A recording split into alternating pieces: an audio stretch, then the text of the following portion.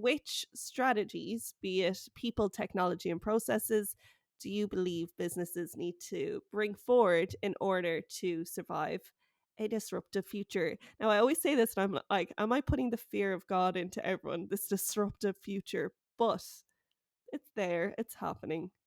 I mean, we are fully in the midst of it, right? There's no like, there's the world of work has never looked like it does now. There used to be kind of like the formula for work. It's a 9 to 5. You come to the office. We have meetings. Meetings go like this. We have performance reviews. They go like that. Like, and whether it worked or not, it was so entrenched, like you said earlier, that every company just did it. And now that there isn't a best practice guide for what work should look like, because employees are voting with their feet a little bit. Like if you want an organization where you're forcing everybody to come in 9 to 5 and this old, like you're not going to attract the best talent. So companies have to evolve, and there's not one size fits all anymore, but there used to be. Hello and welcome to another episode of the Forward podcast. I am your host, Aziza O'Byrne. If this is your very first time joining us, hello, you're very welcome. This is the place where we explore the bold moves of those who are venturing off the beaten track and creating new ways forward at a time when technology is ever more present in our lives. It's a space to discover the ideas, behaviors, tools, and trends that our very special guests use to shape the future of work, life, and leadership. And our next guest does all of these things, and they make the future of work look like a brilliant and bright place for all of us. Emily Hinks is the founder and CEO of the globally renowned agency Mischief Makers. She's also known for her thought leadership in facilitation and her advocacy for neurodiversity and inclusivity. All of this incredible work has attracted brands like Netflix, Spotify, Nike, and Greenpeace into her orbit. She has even shared microphones with the likes of Ed Sheeran and the Prince of Holland, which I really want to talk about. Uh, Her energy could power a city, and I am so proud and honoured to have her here today to talk to you all about the future of work. Emily Hinks, thank you so much for joining us. Thank you so much. That was such a lovely intro. I love my energy can power a city. That's so nice to hear. It's true, though. It's true because I first saw you on stage, I would say about 6 years ago in Mm, Amsterdam. I was at yeah. an on brand conference and you came on stage and you spoke about Mischief Makers. And personally, for anyone listening, it changed the course of what I do as a professional, but it also just shifted my mindset. It's stuck in my mind still to this day, 6 years later. I don't know exactly what you said, but I do remember Beyonce being part of it. Always. So there you go. Yeah, you light up a room and a city. Oh, thank you so much. That's so good to hear. And I really love, like, that's part of why I do actually really enjoy speaking at conferences or doing things like this, because, yeah, it has the potential to, yeah, impact or change someone's perspective on something or what they can do. Like, so it's honestly such an honor and a pleasure to get to be talking with you, and for us to have had this journey together. Actually, we've been in What a touch since time. then. So, I yeah. know, 6 years. Yeah. What a time. But come here, to let our listeners get to know you a little bit better, we're going to talk about Mischief Makers. We're going to talk about facilitation. We're going to talk about the future of work. But a question that I ask all of our guests at the beginning of each of our episodes is what moves you forward? What drives you forward in your career and in your life? Mm. So, I mean, I think interesting that it's already come up here for sure, the energy. And I think that also for me is a bit of like restlessness. I was on a panel recently with some other entrepreneurs that was really focused on like impact driven entrepreneurs. And I think I've also really had like a sense of like justice and fairness, all of which, by the way, are very like common traits for neurodiverse people. For I Mm. have PhD, so this sense of justice, fairness, and like when you see something that needs changing or that could be better in the world, just that like, why isn't anyone doing something about this? Okay, I'll do something about this. And I think that's what really has always driven me, really with for Mischief Makers, why Mm. we started a facilitation agency. I started out in theatre, which is by the way, where I met Ed Sheeran. Okay, okay. I was gonna say we need to actually immediately I was like, we need to allocate some time to talk about Ed Sheeran and the Prince of Holland. But I mean, it was literally like, it was back when like I was 16. Like I did like a summer program in the National Youth Theatre. Ed Sheeran and I like were in the same group, and yeah, he's a great guy, really great guy. Deserves to be as successful as he is. Anyway, that was back when I was 16, so it's a reach of a claim to fame. But it was yeah, obviously the things that you're doing in theatre, in ensemble and rehearsal, it's very collaborative. When I got a scholarship to do Hyper Island as a master's program, which for anyone who doesn't know, masters Hyper Island is a creative business school. They really, it's experience based learning, and a lot of the techniques there, I was like, whoa, this feels really familiar from theater. Like we're checking in, we're yeah, that we're doing kind of group dynamic exercises.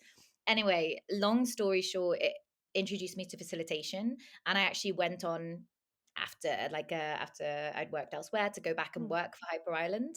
And then I kind of sidestepped in and worked for an organization that was more focused kind of on corporate innovation. And in both scenarios, I could see the impact that facilitation and these methodologies and techniques brought to the groups of people. Like it was mm, really, everybody was included, the results were stronger. And yeah, facilitation just really made a difference. And but both of those places were quite privileged. mm, If you're doing a master's program, or work or going to a school like Hyper Island, it's very expensive. And for the corporate innovation, they're the big corporates with the big bucks that can do like an accelerator program or whatever. And outside of that, people weren't really aware of working in this way.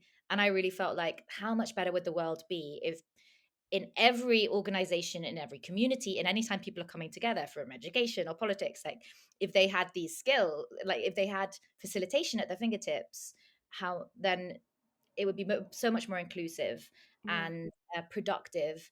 So facilitation should be out there, it should be democratized. And that was the kind of chomp that I got that I couldn't let go of. I was like, it needs to be out there. Why isn't anyone doing this? Okay, I'm going to go and do that. We need more facilitation. So I think it's really that drives me forward. I see something and I'm like, anybody? No? Okay. Where don't we have this and how can we make it more readily available, which is gorgeous. Mm. The mischief in the workplace, I really want to grab hold of that because, you say you went into facilitation, but where did this idea of mischief come from? Where did Mischief Makers find its birth into this world? What was it? Why is it so important?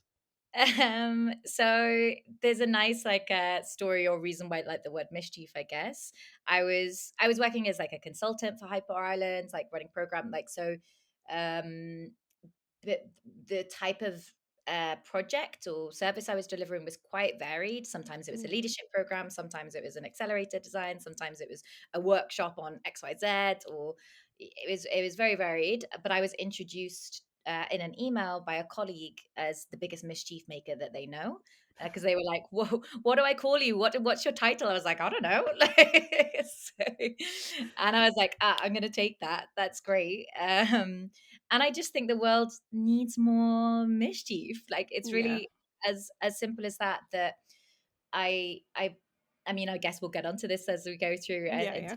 in today's talk as well. But I'm kind of, and just as you said here in this introduction, like that energy is something that you remembered about me, or that you like really spoke to you. And I think that's been the case throughout my career, or amongst facilitators I know as well, actually, or that work with me.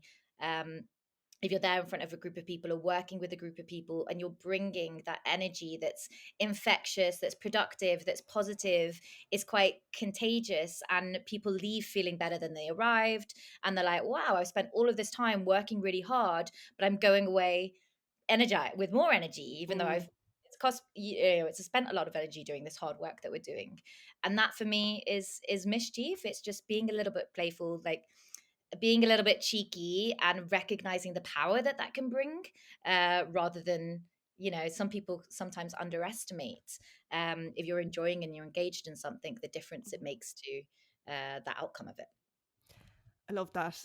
And thinking about that power that it can give to you, and that memorability and what that means in a room and how it's stick in people's minds and how that can even make your workplace a bit better. How can, in a small way, our listeners bring a little bit more of that into their day-to-day work life? Good question. Um, so there's something that we use with Mischief Makers. So we work with organizations around human-centered organizational design. Mm, Let's describe it like that. So whenever they're bringing people together at work, whether that's meetings or offsites, leadership retreats, or just when they're on a project getting work done together, how can they make that more productive, more enjoyable, more engaging? And the tool, I guess, that we do that we use to achieve that is facilitation. And by that I mean the art of hosting and navigating a group to make everybody feel like they can contribute. You're bringing out the potential in people and in the group so that they can work towards getting whatever it is they need done. mm. But we talk, especially when we're working with organizations, about like big F and little f facilitation. So Love big this. F, yeah. So big F is really like I'm designing a workshop or a training or an event like an offsite or a retreat. But little F is a capability, and that would be professional facilitators. Like your job or your skill set is facilitation, and you're using that as like kind of the core of what you're doing. Mm, But little f facilitation is that bringing the capability of facilitation into your professional abilities. mm, Um, so you are able to host an inclusive conversation. You're able to have an hour and make sure that you're spending it in the best way and designing something to really achieve the outcomes that you want from that hour. And that type of facilitation, I think, should be um, um, enabled within every professional, mm. certainly within people leaders, managers, people working in leading up departments or in people and culture. Um, so I think that's something that every professional could have, and actually even just employee. We're all having meetings all of the time. Yeah. Um, so the little thing that they could bring in is just learning some of those techniques of this is how I manage time. This is how I make sure every voice is included.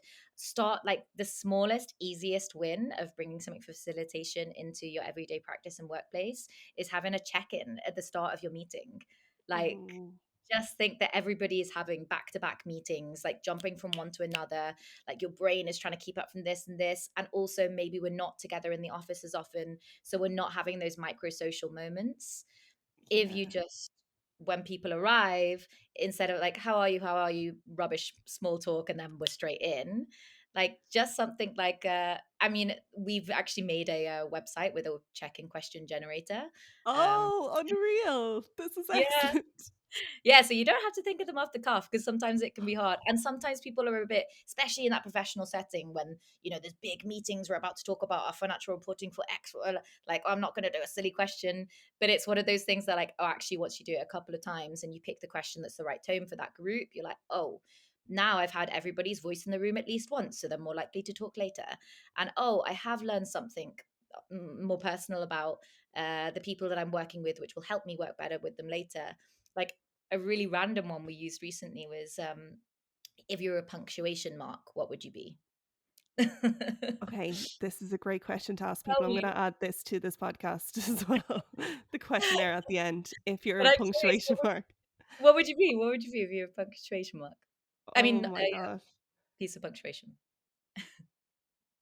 Can I say exclamation mark? Absolutely, of course you can. Yeah, Why? Why would you be exclamation mark? I think I am quite energetic as well. Mm-hmm. So I like to come in with that. Yes. Um and stand tall and have a Yes. little cute shoes at the bottom. Yeah. Perfect, perfect. So I said I would be brackets because I've always got like an extra little thing to add. Like I've always, going off on tangents. I'm like, da-da, oh, and also this. Da-da-da. Like, whereas my co-founder, she is a period, like a full stop. She Ah. definitely, and it all like these three examples, they really speak to well, I've reflected and thought who I am as a person and shared a little bit of that with you. So it kind of gives a little bit of a connection and that human point. You learn a bit more, but also it's a moment of levity. And oh God, the benefit of like laughing that it does for your like brain chemicals, for your relationship building, again, massively underestimated. But there's a brilliant study that and TED talk actually by two Stanford professors Mm. around taking humor seriously and the impact of humor in leadership. And like the stats are incredible. I don't know them off the top of my head, but leaders who utilize levity and humor performed like outstandingly better than their very serious and sober counterparts. That's Somewhere, I should gorgeous. I really love that. And there's such achievable things to do in the workplace any given day, that check in, bringing a bit of humor into the workplace as well, into your meetings. And I'm from Ireland, so I'd say having a bit of crack, not taking things too seriously, and really getting to know each other at a human level, which is so important. And we're going to say. talk more about that as well in terms of technology and why it's so important to keep that human Yeah. centeredness at the heart of what you're doing. Mm. And I took this quote because it goes back and relates back to this. I took it from your website, which I absolutely loved, which was: the world of work is changing, but one thing is here to stay: humans meeting and working together to get things done. So, how do you see that playing out as we move forward, especially with the rise of remote work? And you said those daily check ins, the rise of technology. How can we keep that at the heart of what we're doing? Well, I think there's this wild graph that I saw talking about different studies or things that come across the table as well. And this graph basically showed how much time you spend with like your friends and family, and then how much time you spend together with Yeah. each other at work. And that could be okay, time in person or time that we're just sat in front of this screen, like with the employees, whether that's async or sync. But it's just so much time you spend together at work, Yeah. like that's such prime real estate, and I think we need to take that very seriously. Like it's a big chunk of our life, and I don't think that's going to change anytime soon. There definitely are, like, the world of work is absolutely changing. That in terms of flexi working, in terms of hybrid working, or for sure, like AI coming in and taking all of our jobs, which I think is also a bit hyperbole as well. But I and I saw it quite recently as well around why is AI writing songs and creating pieces of art? I want it to like do the dishes so that I Oh can my God. create art. Yes. Yeah, exactly. But I think that's something for us to consider in our work as well, Mm. from the stance of, if AI and new technologies and ways of working are taking things off the plate Mm. of a certain role within an organization or with us as professionals, the question falls to us: what are humans bringing to the table? Like, which bit should be a human job, or that we want to protect? And if we want it to be a human job, why should it be a human job, and therefore AI shouldn't or won't do it? And I think that those bits are really the relational thing. Yeah. um so like being able to read between the lines or recognize qualities in one another or understand the nuances and the gray areas, and to be able to do those things and do those things well, we need to be intentional about creating spaces for those human connection moments in the workforce, with between the people that are working together.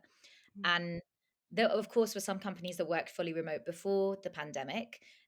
But now there are a lot of companies that have either shifted fully remote, or, where it's like, okay, just come in 1 or 2 days a week, or there's a mix of this now. Yeah. Um, and I don't know who is always standing around the water cooler. That's like the big phrase, like those the water cooler moments. We're not having them anymore. Like, okay, everyone was clearly like gathered around the watering hole, and that was the really important bit we missed. I live Um, here now.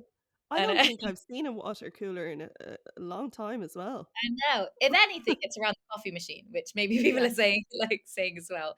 But I think what that speaks to Yeah. is those micro social moments. Like we basically used to be able to take it for granted a little bit more that we were doing some of that relationship building with our colleagues because you were having lunch together or sat near one another, or like it was easy to go for like drinks or dinner after work or whatever. You there were more opportunities like Mm. through our work days for us to have those like micro social moments, and that's relationship building. um but now, as we are more flexible and remote, we might not have as many of those opportunities if we just like let it be, especially if we're just in back-to-back meetings and we go straight into our meetings of like, okay, this is the content we're doing. Like, when am I ever really hearing how you are beyond a like, hey, how are you? Yeah, but like Yeah. I think it's really important for, yeah, it's not changing that we're going to have to work together to get Yeah. things done. Like, and if that's the case, we need a relationship to be able to do that productively.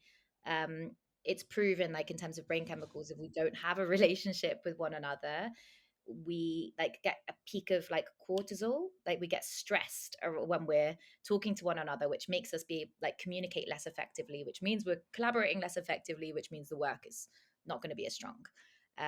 So if we do things like, if we're coming into the office, how are we spending some of that time like on human connection? Mm. Are we weaving team days and offsites into our rhythm of working together?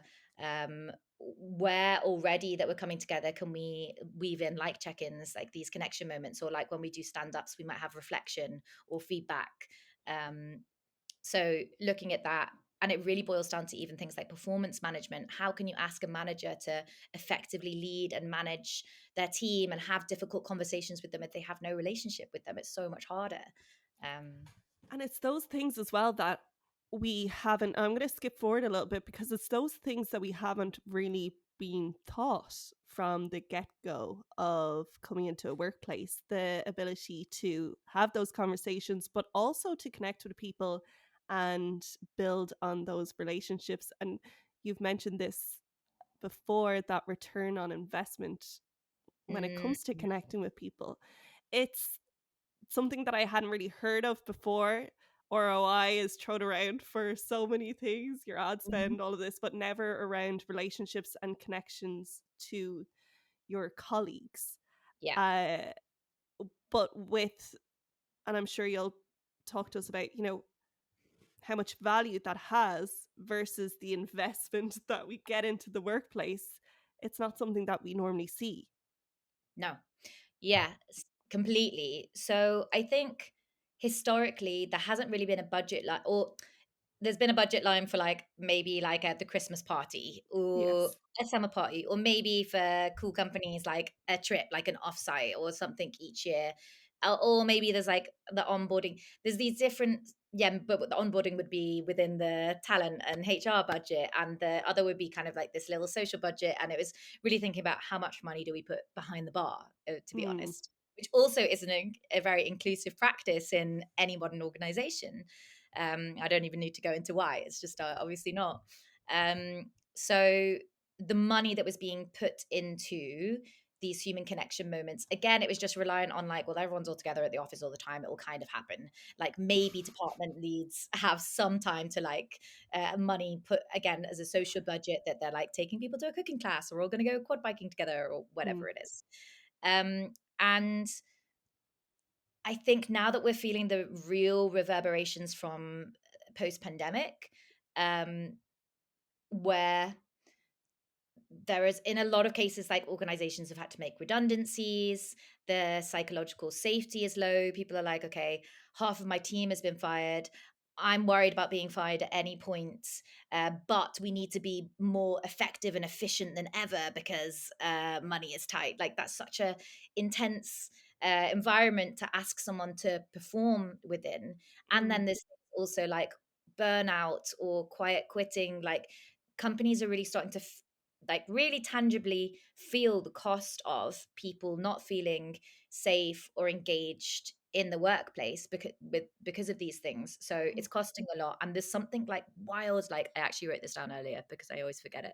There's yeah, 37 billion each year in the US is spent on unproductive meetings. Oh Right. my God. Right? Again, because okay, say the performance management example that I gave earlier, like that's just something that companies do because that's what companies do. They have performance management meetings. But if the managers aren't trained in how to do that well in a flexi hybrid new world of work where they're not seeing their people every day Mm. face to face, then that's a bit of a waste of a meeting. It's not really doing the job that it's supposed to do. It needs redesigning for to be fit for purpose for the environment that the world of work is in now. Um, so that's the type of work that we do with organizations, and it is we're seeing this shift towards either creating departments around employee experience or working with external providers like us to lead things like their team days and offsites so that it's not people sat in a windowless conference room watching The present water like cooler. no yeah, watching the water cooler. Yeah, probably watching the water cooler because they're just watching endless presentation after presentation, and it's mind Yeah. numbing to know that that's not a way to get information across, or that in a way that sticks, and that's not building this kind of again, if people aren't in the office, people are being onboarded, they don't really have that sense of like belonging and connection to the company, connection to one another, connection to their team. And again, it doesn't just happen, especially not if your offsites are a series of presentations and uh, some drinks and dinner. So Yeah. like that's what the money is being put into, Yeah. and the outcome really is like again another. I'm just throwing stats out here today. This I love this for I love me, but stats. I know Fun. stats. But another stat is that you're 7 times more likely to be more engaged if you have friends at work. And I know. I mean, it makes sense as well. Like it again, what we were talking about earlier about the power of positivity, the power of humor, that sense of belonging. And if you're more engaged, you are more connected. It stands to reason that you're doing better work. Um, and the last point I would say around this, really on the ROI part, I think now that organizations, again, with working remote, organizations and their leaders can either work on the idea of like, I can't see them, so I presume that they're not working. So we're going to start paying for things like tracking their their keystrokes or seeing when they log in or out and making sure that they're, like, and it's really led on like the time that they're spending here, whether like, and that's really kind of fear led. It's like the stick rather than the carrot.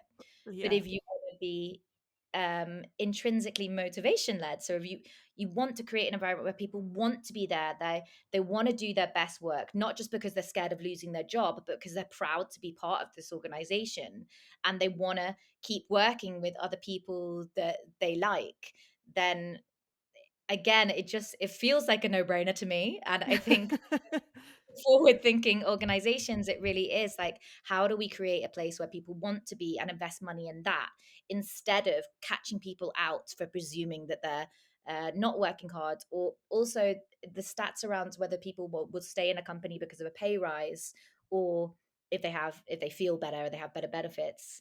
So like you get a pay rise what once a year, and maybe that makes you Mm. feel good then. And okay, yeah, we all do love a pay rise, but culture makes you feel good every day. And if companies invest in that, then it's just hedging a bet. It's putting it into something that is proven to companies want people making good work. You Yeah.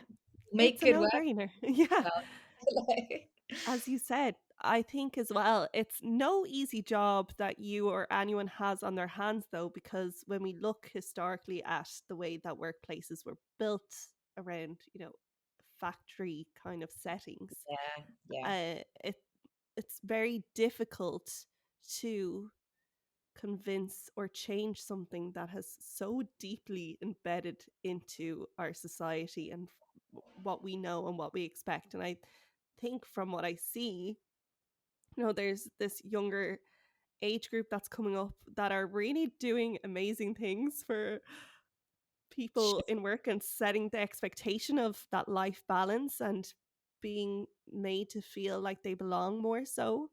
But Yeah. I guess what I want to ask in this part is, do you find it difficult to convince businesses to change in that way, or are you seeing this change Mm, start to happen, and how may mm. that go for the future?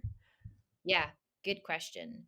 So I think there are some different scenarios. There's Mm, one type of organization that we work with, like you mentioned, we work a lot with Netflix or with Spotify and these type of organizations that are renowned for having being pioneers with company culture like that, and that's one of the ways in which they attract the best talent, because that's mm, another ROI of human connection. Like it's a real magnet for top talent.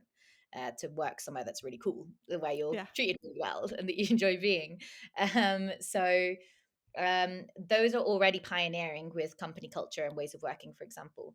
And so Netflix, they have an incredible culture code that's actually made public, and but we work with them um, with no convincing. They're already obviously sold on it. yeah, Um, their employees are also very much recognize the power of culture, but because it's such like a large organization and that has been made for the whole organization, the way that we work with them is helping them make that relevant for that region or that team and put into their own words and their own practices. What do these big overarching statements actually look like for us in our context and setting, and how do we practice it and use it to make our day-to-day work even better, and to make us work collaboratively better. And so it's such a pleasure to work with clients like that, because there isn't any convincing. There's just like, how are we going to do this, and getting to work with the people in the room that are already bought in. yeah, So and really the managers and everyone within our organization is already recognizing. I guess the only convince, or like usually what happens is we'll do a workshop or program like that for one of the leaders who's seen or come into contact with us elsewhere, mm, and then they're like, oh wow, this the difference of this to what we used to do. Okay, now we want to bring you in every time to do it, instead of trying to do it internally, where though it's hard to see the leaves for the trees when you're internal. mm. uh Sometimes you need someone outside that doesn't have skin in the game to like yeah, help guide that. And Yeah, of then course. we kind of go throughout the organization. But the other scenario I would say is there's fast growing like startups or scale ups that have basically been so small and nimble that they didn't really need to think about how things are done. Everybody of course knew one another because they were small, and then they've grown really quickly. They used to have 30 people and all of a sudden they've got 300, and then soon they've got 3,000, and it obviously becomes a much bigger thing to manage and orchestrate. And they really, again, pioneering versions of that bring us in early on, because they're like, okay, we want to build this right from the start. Mm. How do we define our values? How do we make sure that people are living and breathing them? They're not just something on the walls, we've got them in the halls. So we work with them on that. But there are some scenarios where they didn't think about that until it's like painful, like, whoa, we've got really smart people here, and Yes. they're we're not getting the work done, or people are leaving, or there's a lot of conflict, like or yeah, there's less productivity, there's people leaving, there's like burnouts, there's like things like Mm. this, like what do we do about this? And then they'll bring us in to consult and help them with it. um and then I would say there is more traditional organizations that actually the reason that they start to bring us in is for a bit of that fun and levity. They're like, okay, Yes. our offsites or strategy days are really, really dry. We need to do that content. We need to get it done. But like, how do we make sure that it's not like, people banging their heads against the door or falling asleep while it's happening? They bring us in for that, and then again, once it's like a little taster and experience of it, then we're like, "Ooh, actually, how can we get that, bring this to more of the work we're doing or the organization, rather than this moment in time, Yeah, just this." that's lovely. And you can take stuff as well for, I guess, in every single scenario, there's something there for, without sounding too salesy, but everyone to take in themselves. And that facilitation that we spoke about then at the beginning, maybe allowing everyone to be a facilitator in their own right, Yes. and to make that change happen in their day to day too, and not just rely on, this company of 3,000 people Yeah. making big changes happen, but also having the ability yourself to be able to move away around your day as a facilitator. Exactly. And Mm, that's why actually it's often like we have we have an open facilitation training program that individuals sign up for, but we do it mm, internally as well. And sometimes that's facilitative leadership, sometimes it's meeting hosting, or sometimes it's a real leadership or management program that has facilitation baked in.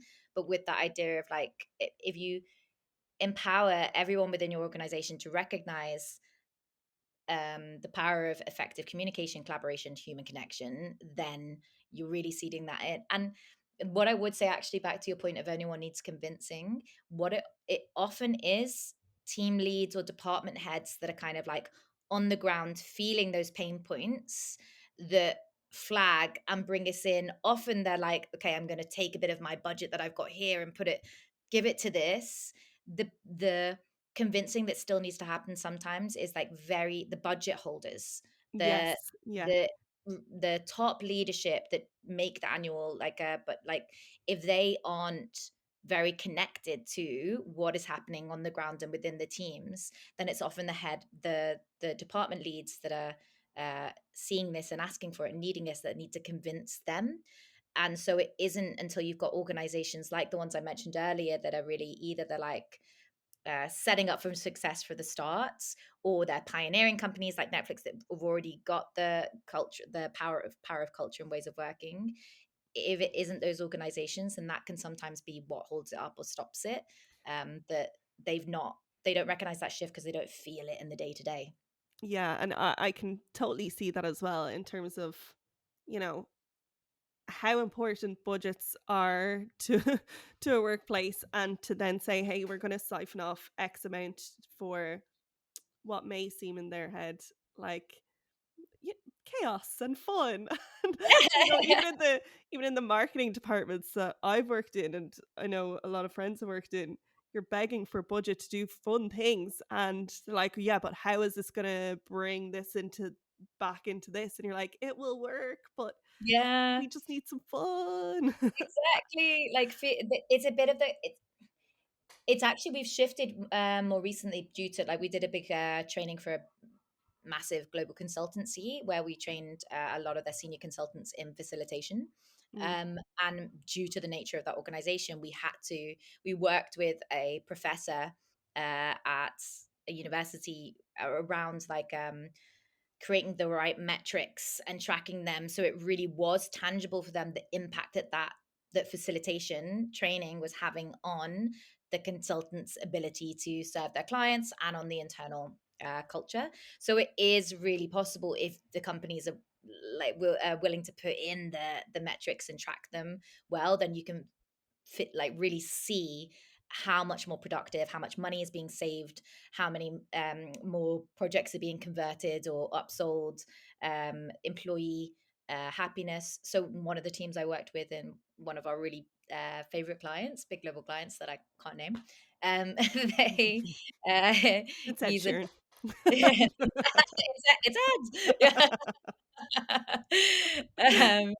He is the director of a team that had in an organization that had just gone through like a big redundancies. Like the team were like halved, they were really Mm. struggling. They had the kind of um goal to be the best sales team within that global organization, their region. And it was a really rough time because people were being asked to like high perform on less budgets, like reeling from what had just happened in the organization. Mm. And we did a session with his team around some of their values, around how to open up and be more vulnerable and ask for help and trust one another and really advocate and champion one another. And some of the exercises that we did within that workshop allowed them to get there and open up and be more vulnerable with one another. And then they've kept using some of those exercises beyond that. And then he's just got the highest kind of rating as a director across all of Wow. the teams. And yeah, it's in those ways it is track, and his team is performing really well. I mean, I can't say that it's only down to No, of course not. But to it's still great because it's like those small things that in the long run won't actually cost a lot, but can be done every single day will bring you the most returns in the long run. So even if you are reduced on budget, if you are in that space where you're really trying to make it work, it's those small connection yeah, points, as you mentioned, that yeah. can really make all the difference. Totally. I mean, another scenario as well, and I won't name the organization, but they're in a real kind of conflict in a really rough group dynamic, but a really important team to the organization. And we had a series of like 4 team days, like across, I think it was even a year. And one of the team, like at the end of the session, broke down to our facilitator and was really like, I was this close to quitting and now I haven't. And just the cost of one person quitting, even that's like a, I don't know, a tenth or whatever of like the fee that it was to bring us in, about that person quitting and then hiring a new person, like, and they're tangible amounts, but Mm, on that scale, it's it can be difficult to see, but it is there. yeah. Yeah. That's brilliant. Thank you for that. There's such great stories as well. I know each of those would probably relate to a lot of our listeners too. Mm. So they're great to have. Want to go forward and look at emerging trends that you may Mhm. be looking at. So are there any emerging trends, behaviors, or technologies that you are keeping a close eye on in your industry?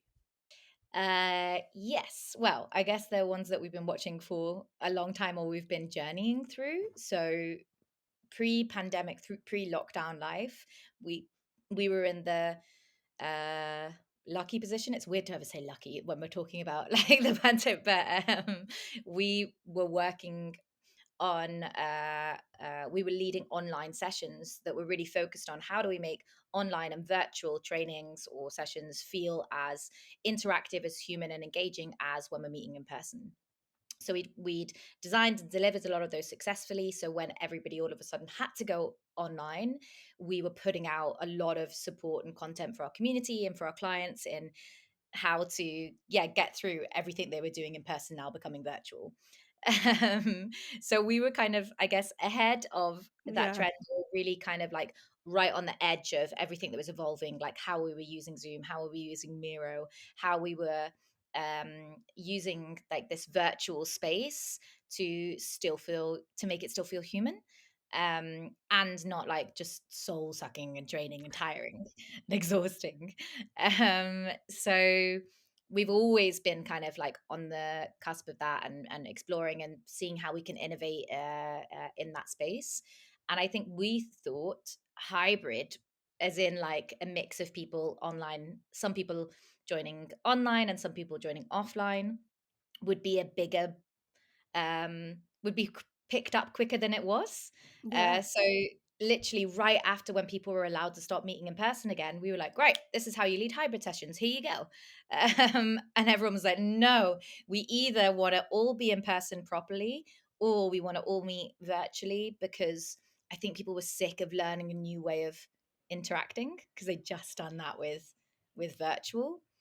And I think actually it's so easy to do hybrid really badly that people were just a bit like allergic to it. They were like, no, like someone's just going to be sat on the screen and not be involved and be left out. That's horrible. Let's avoid it at all costs. Whoa. Um, and it's true. If you do it like that, then please do avoid it at all costs.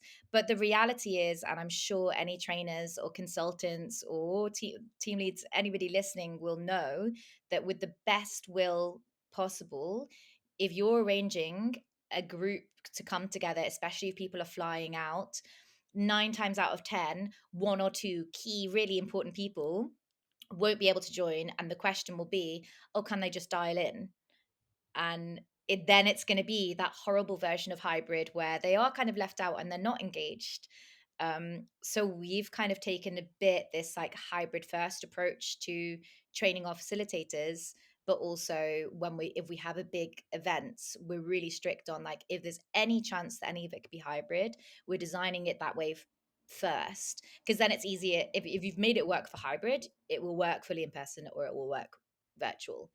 Um, and the reason is, if you're doing hybrid, our stance is you should have a facilitator in every place where the participants are. So you should have an online Yes. facilitator and you should have an in-person facilitator.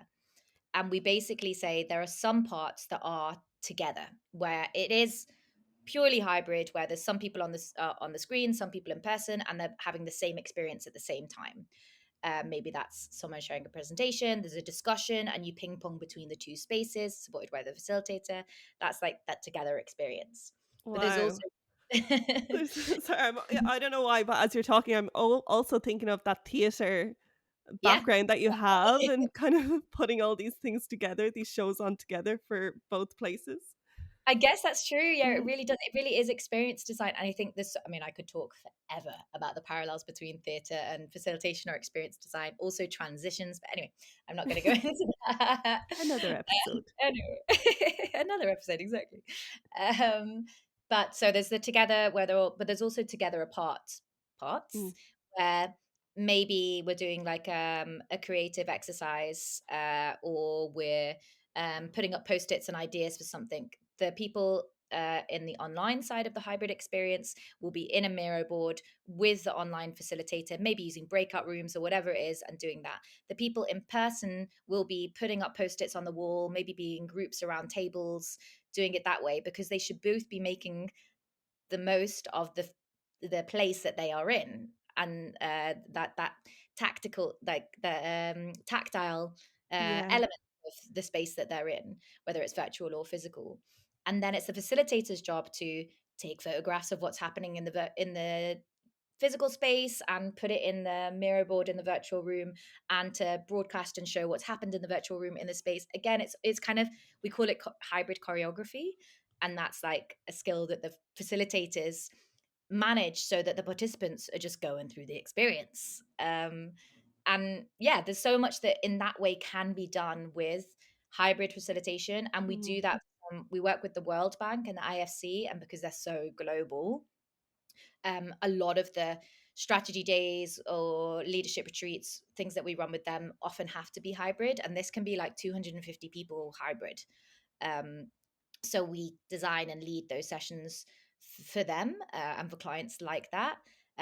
But they're almost like an outlier. There's only a few organizations that are really leaning into that hybrid parts. Yeah. It was interesting to see that many other organizations were really resistant to it. Then again, our hybrid facilitation training, it's our open course, has really picked up speed. It's become incredibly popular. So there's a lot of facilitators out there that are hungry, because we run that course hybrid as well. You can either join online or in person, and then it's a And then you get to test it out and be a part of it too, which is so cool. experience-based learning. What a time. Yeah. Okay, we're going to look. I'd love to talk more on that as well, but I want to look at a feature that we have called Move Forward and Leave Behind. And it does exactly what it says. We're going to ask you what businesses should bring forward for the future and what they should leave behind. So I'll start with the first one. Which strategies, be it people, technology, and processes, do you believe businesses need to bring forward in order to survive a disruptive future? Now, I always say this, and I'm like, am I putting the fear of God into everyone? This disruptive future, but it's there, it's happening, it's always happening. I mean, we are fully in the midst of it, right? Like, there's Right. no like, there's the world of work has never looked like it does now. Like, and it's still. I think there used to be kind of like the formula for work, in like, it's a 9 to 5, you come to the office, we have meetings go like this, like we have performance reviews, they go like that, like, and whether it worked or not, it was so entrenched, like you said earlier, that every company just did it. And Yeah. now that there isn't a best practice guide for what work should look like, because employees are voting with their feet a little bit. Like, if you want an organization where you're forcing everybody to come in 9 to 5, and this old, like, you're not going to attract the best talent, so companies have to evolve. And there's not one size fits all anymore, but there used to be. So that leads on to my exact thought, that organizations, like leaders in organizations, need to invest not just in the human connection part, but really that human centered organization design part, for them to get that transition right, that they can't just go back to the tried and tested formula, which we used to have. They can't do that anymore. They need to adopt a new model, and it needs to fit for their type of business, their type of service, the type of employees they want to attract. The meeting cadence and rhythm of their culture will have to be unique for it. So, I mean, sometimes they can be industry specific, like, but still, I think the best that really work will be bespoke to them. So I would say that whole kind of ROI part, invest ROI of human connection, or ROI of really intentionally designing the way that their people are coming together, and the way that yeah, they're connecting to build like a culture that attracts and serves their workers, basically. That's powerful. That's beautiful. I love that. And I guess then, what should they leave behind to be able to thrive in the future? Is there anything in terms of maybe what you said, not doing that copy and paste method of policies and the way of which you work? Yes. So I think I've kind of said it a little bit before, I think, but like that just like relying on like the money behind the bar piece, like, oh, it's just so uninclusive, and it's just, and even with like offsites and or one-way sending, just the like death by keynote, like please, please, like it's so ineffective. And when organizations are sometimes spending so much money to fly someone, to fly their team or their leadership out somewhere, there's the cost of like flying them out, there's the cost of those people's days, like their billable hours, or however much they cost. And then if you're sitting them in this like windowless conference room just sending presentations at them, that could have been a recording they watched beforehand, or it could be shortened, or that could be a discussion, or just anything to make it more engaging. Because if you're just doing that, flying them out, all of that money and attention and time, that's also a really Yeah. valuable resource from leaders. um, then you're paying all of that resource, attention, time, money, pretty much just for the coffee breaks and the dinners that you had together, or the money that's behind the bar. And like, do you want to spend that much money on, on those? And like, again, stats and studies, there's just so much that shows that speaking information to people just sat down passively listening, like there's something called the forgetting curve or far transfer. It's just not going to go anywhere. It's not an effective or efficient way to introduce people to a new strategy, or get apart, like, to get something across. Especially if you want them to go take that back and use it, don't send it to them in a presentation. It just Mm. doesn't work. Money not well spent. Money not well spent, which Guys. business is all about. I'd say that. And then the last thing I think I would say let go of is not setting managers up for success. I'm not saying anyone up for success in the, but definitely managers. Like, again, like we just mentioned, the world of work is so different, and it's often someone that is like a high performer. So you're giving them a promotion, and then they just go into being a manager, and that already was a big enough, hard enough leap that is recognized, right? That people know about work. But add into that they're managing potentially a team that they see maybe 2 days a week because of the new setup, that they don't have those micro social moments to create a relationship with. And how I think that business should be looking more, becoming more outcome focused than hours we're spending like on the job. The rules Mm. have just changed so much for how success is measured and looked at, and how we do performance manage, and how we lead and orchestrate and navigate a team. But managers, if they weren't getting trained in that before, that was already tough. But if they're not getting trained in it now, it's so hard for them to succeed and do the job that they're supposed to do well. So setting managers up for success, I'd say, is something, or not setting them up for success is something that should be left. Setting them up for success is something that should be introduced better. Yeah, that's really, really, really great to hear as well, because it does have such a knock on effect on every single person within that team as well. And it's, we've had guests say, they've been propelled into these huge positions without ever having any training on how to manage a team or to know what it is to check in on people to see how they're just copying what they saw their managers do, and then again pasting it into their day to day. Yeah.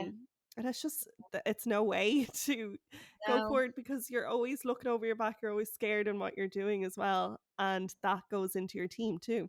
Yeah. And even our managers today can't even copy and paste what they have seen or what they've had before, because that copy and paste doesn't fit anymore. So they're even True. less like they have even less to work off. So true. Thank you for that.